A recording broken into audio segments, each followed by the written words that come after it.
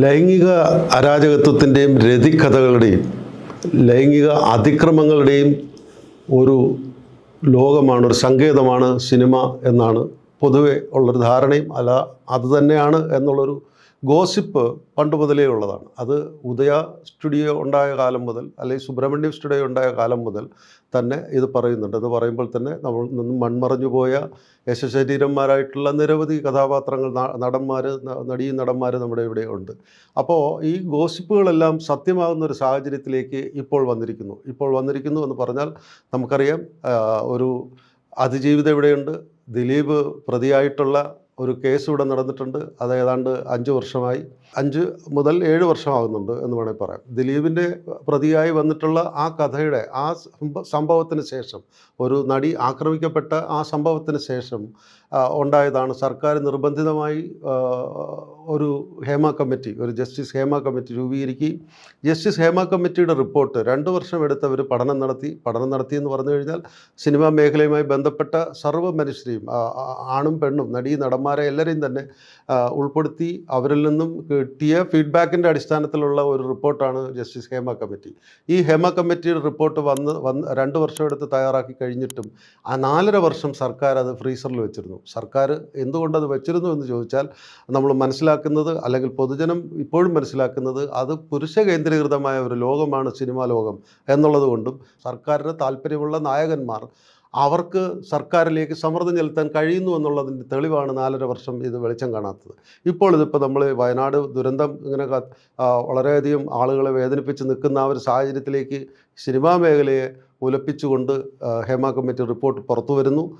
അതിന് തുടർന്ന് നിരവധി പരാതികൾ, ലൈംഗിക അതിക്രമങ്ങളുടെ, സമ്മതത്തോടെ ഉള്ളതല്ല, അല്ലാതുള്ള ലൈംഗിക അതിക്രമങ്ങളുടെ കഥകൾ പറയുവാൻ ഇരകളായിട്ടുള്ള നടികൾ മുന്നോട്ട് വരുന്നു. ഇതോടുകൂടി മലയാള സിനിമാ ലോകം ആകെ തന്നെ ഉലഞ്ഞിരിക്കുന്നു. അമ്മ എന്ന് പറയുന്ന സംഘടന 95-ൽ രൂപീകൃതമായതിനു ശേഷം അത് വളരെ സത്യസന്ധമായി നടന്നു എന്നുള്ളതാണ് പറഞ്ഞിരുന്നത്. എങ്കിൽ പോലും അതിൻ്റെ ഉദ്ദേശം എന്ന് പറയുന്നത് അവശകലാകാരന്മാർക്ക്, സിനിമാ ലോകത്തുള്ള അവശകലാകാരന്മാർക്ക് ഏതെങ്കിലും രീതിയിൽ അവരെ സപ്പോർട്ട് ചെയ്യുക, അവരെ സഹായിക്കുക എന്നുള്ള ഉദ്ദേശത്തോട് തുടങ്ങിയ അമ്മയിൽ ഇത് രാഷ്ട്രീയമായി മാറി, അതിനൊരു പ്രത്യേക രാഷ്ട്രീയ സ്വഭാവമായി മാറുന്നു എന്നുള്ളതാണ്. ആ ഫ്രറ്റേണിറ്റി മൊത്തത്തിൽ ഒരു വെസ്റ്റഡ് ഇൻട്രസ്റ്റ്, സ്ഥാപിത താല്പര്യക്കാരുടെ ഒരു സങ്കേതമായത് മാറുകയും സ്ത്രീകൾ അതിനകത്ത് നായികമാരായിട്ട് വന്ന സ്ത്രീകൾ പലരും പീഡിതരാകുന്നു, അവർ പലരും പീഡിപ്പിക്കപ്പെടുന്നു എന്നുള്ള ഒരു കഥ, അത് നേരത്തെ പറഞ്ഞതുപോലെ ഗോസിപ്പുകൾ യാഥാർത്ഥ്യമാകുന്നു എന്നുള്ള രീതിയിലേക്ക് പുറത്ത് പറയുവാൻ ധൈര്യപ്പെട്ടു വരുന്നു എന്നുള്ളതാണ് നമ്മൾ ഈ ഹേമ കമ്മിറ്റി റിപ്പോർട്ടിൻ്റെ പ്രകാശനത്തോടുകൂടി നമ്മൾ മനസ്സിലാക്കുന്നത്. എന്നാൽ ഇപ്പോൾ നമ്മൾ മനസ്സിലാക്കുന്നത്, ഇവിടെ പ്രമുഖ നടികൾ ആരും തന്നെ വന്നിട്ടില്ല, മുതിർന്ന നടികൾ ആരും തന്നെ വന്നിട്ടില്ല. അങ്ങനെ ഒരു ലൈംഗിക പീഡനം അവർക്ക് നടന്നു എന്ന് പറഞ്ഞു കഴിഞ്ഞാൽ ലൈംഗിക പീഡനം ഇതിനു മുമ്പ് ഉണ്ടായിരുന്നില്ലേ എന്ന് ചോദിക്കേണ്ടി വരും. പക്ഷേ അതൊക്കെ തന്നെ സമ്മതത്തോടുകൂടി ആയിരുന്നു, അല്ലെങ്കിൽ ആ സിനിമാ മേഖലയിൽ പിടിച്ചു നിൽക്കാൻ അവർക്ക് അത്തരം ചൂഷണങ്ങൾക്ക് വഴങ്ങേണ്ടി വന്നു എന്നുള്ള ഒരു സാഹചര്യം കൂടി പൊതുജനം മനസ്സിലാക്കുന്നു എന്നാണ് നമ്മൾ കരുതേണ്ടത്. ഇത് കൂടാതെ ഇപ്പോൾ ആരോപണങ്ങൾ ഉന്നയിച്ചു വരുന്ന നടികൾ അവരെല്ലാം തന്നെ ജൂനിയർ ആർട്ടിസ്റ്റുകളായിട്ടോ അല്ലെങ്കിൽ പ്രമുഖരായി മാറുകയോ ചെയ്യാത്തവരാണ്. അപ്പോൾ അതിനകത്ത് കൊതിക്കറുണ്ട് എന്ന് പോലും പറയപ്പെടുന്നു.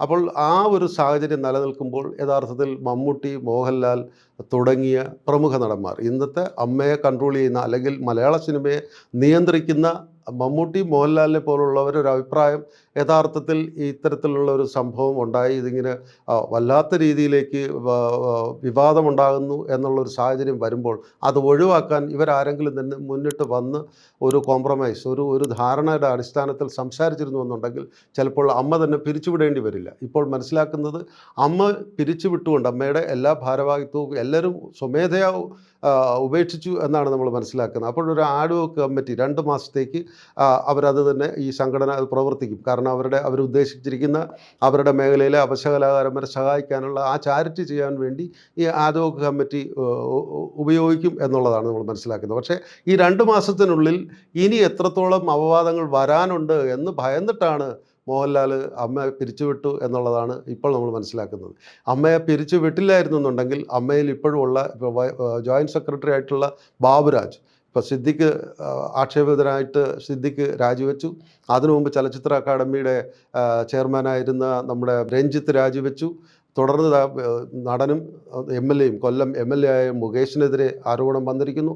ഇങ്ങനെ നിരവധി പേരുടെ പേരിലോ അതുപോലെ അമ്മയുടെ സെക്രട്ടറി ആയിരുന്ന ഇടവേള ബാബുവിനെതിരെ വന്നിരിക്കുന്നു.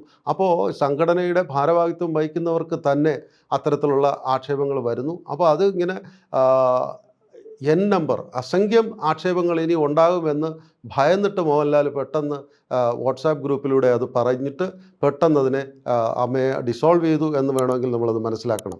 ഇത് നമ്മൾ പറയുമ്പോഴേക്കും ഇതിനകത്ത് അമ്മയുടെ നേരത്തെ പറഞ്ഞു പുരുഷ കേന്ദ്രീകൃതം.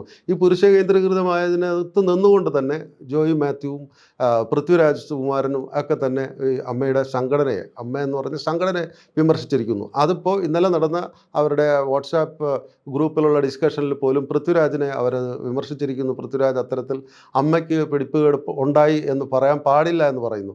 ഇവിടെ നമ്മൾ മനസ്സിലാക്കുന്നത് പൊതുസമൂഹം ഇപ്പോൾ പറയുന്നത് പൃഥ്വിരാജിൻ്റെ മാതാവ്, അതായത് മല്ലിക സുകുമാരനാണ് ഈ അമ്മ എന്ന് പറയുന്ന സംഘടനയെക്കുറിച്ചോ അല്ലെങ്കിൽ ഈ പുരുഷ കേന്ദ്രീകൃതമായ ഈ സിനിമാ ലോകത്ത്, മലയാള സിനിമാ ലോകത്തെക്കുറിച്ച് ഒരു വിമർശനം പറഞ്ഞിരുന്നതിൽ കുറച്ചുകൂടി ആധികാരികത ഉണ്ടായിരുന്നു എന്ന് പറഞ്ഞാൽ അവർ അത്രയും വലിയ സീനിയർ ആർട്ടിസ്റ്റാണ്, അവരിപ്പോഴും സിനിമയിൽ തിളങ്ങി നിൽക്കുന്നൊരു നായികയാണ് എന്നുള്ള രീതിയിൽ എന്ന് പറഞ്ഞാൽ ആ രീതിയിലുള്ള ഒരാൾ പറയുമ്പോൾ, അതായത് പൃഥ്വിരാജിൻ്റെ പ്രതികരണം അപക്വമായിരുന്നു, അതല്ലെങ്കിൽ ഒരു സെൽഫ് ബിട്രയലാണ് എന്ന് പറയുമ്പോൾ അമ്മയെ യഥാർത്ഥത്തിൽ വെട്ടിലാക്കുന്ന ഒരു പരാമർശം പൃഥ്വിരാജിൽ നിന്ന് വന്നു എന്നുള്ളതാണ് നമ്മളിതിൽ കാണുന്നത്. ഈ ഒരു സാഹചര്യം നമ്മൾ മനസ്സിലാക്കുമ്പോൾ ഇതിൻ്റെ യഥാർത്ഥത്തിൽ ആത്യന്തികമായി പറയുമ്പോൾ ഈ മോഹൻലാൽ ഇത് പിരിച്ചുവിടലിൻ്റെ പ്രധാന കാരണം ഇനിയും നിരവധി നടന്മാർക്ക് എതിരെ പല നടികളും വരും എന്നുള്ള ഭയന്നിട്ടാണ് എന്ന് തന്നെ നമ്മൾ ഉറപ്പുവരുത്തേണ്ടിയിരിക്കുന്നു.